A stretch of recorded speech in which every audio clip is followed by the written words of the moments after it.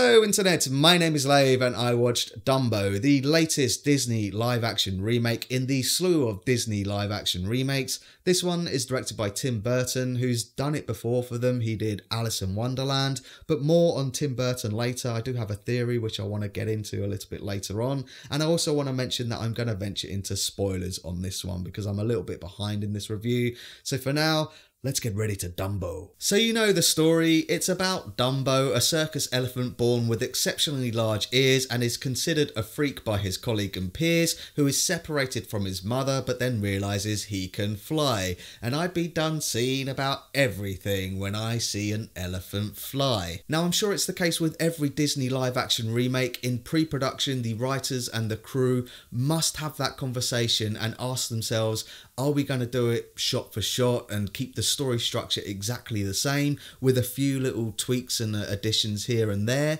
Or are we going to do something completely different? And it feels like Dumbo has really struggled with that question. Essentially, we do get the Dumbo story, but a condensed version of it, which is amazing considering the original animation was only an hour long in the first place. And then the rest of the film has been filled with this really boring, generic subplot about a circus conglomerate who buys the travelling circus. That's not to say there isn't plenty of Dumbo action. The visual effects in terms of his character design is great. He looks like Dumbo, he moves like Dumbo, he's super cute, and I did feel really sorry for him when he gets separated from his mum.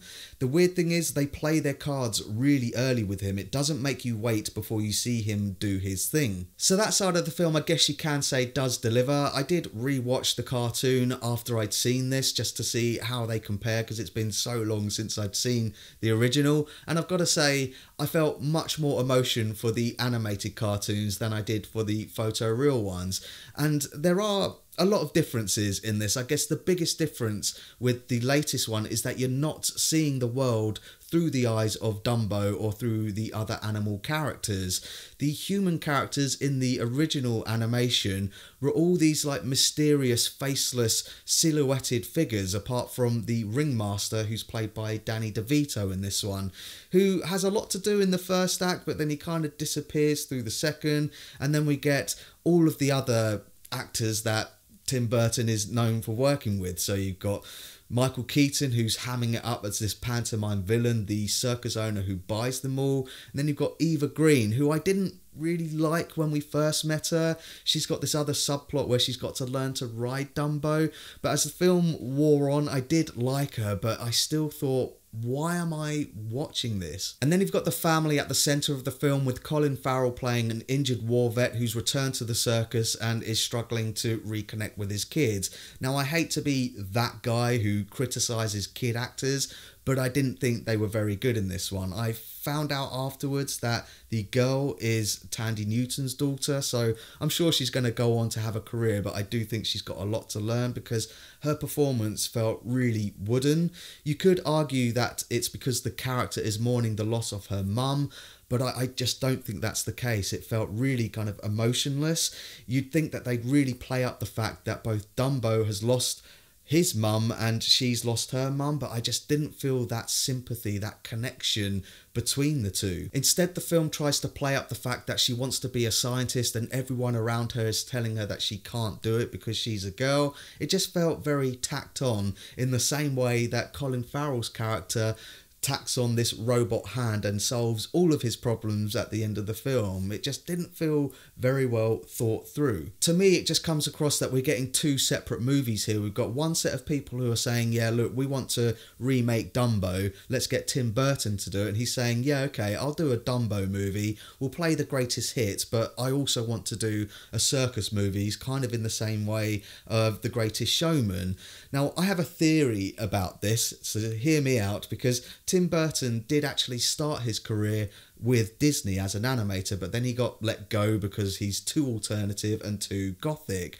So I do wonder if he's kind of playing a joke here, because the circus conglomerate, the place that buys Dumbo and all of the other circus acts, they go to this place called Dreamland, which for all intents and purposes is Disney World, and what happens to it in the film? It gets burnt to the ground.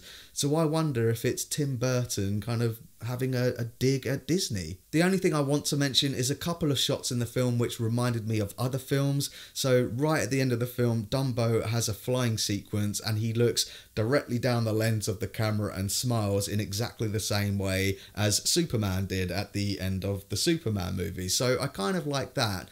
But there is another scene just before that when Dumbo is boarding on this boat to go back to India, and it's a straight up replication of that shot in E.T. when E.T. is boarding his ship and leaving. It's exactly the same, just without any of the emotion, and that kind of sums up the rest of the film for me. So that's my thoughts on Dumbo, and pause the video if you want to take a closer look at my enjoyment tracker now. Anyone who hasn't seen the original Dumbo might really enjoy this, but then having said that, I did see a couple of kids walk out of my screening with their parents. I thought they were going to the toilet, but then they never came back, so I really can't call this one. For me, I wish it stuck more true to the original animation and been more from the animal's perspective and kept the human characters as side characters, and maybe explored and tackled some of the more controversial elements from the original animations. I'm not saying that I think it should have kept in racial stereotypical crows or anything like that, but I would have liked to have seen a drunk baby elephant. That's what I'm trying to say. So thanks very much for watching this review. If you've seen it, let me know what you thought down in the comments, and as always, thanks very much for checking out this vid. I really do appreciate it. If you can, give it a like, and don't forget to share the lave.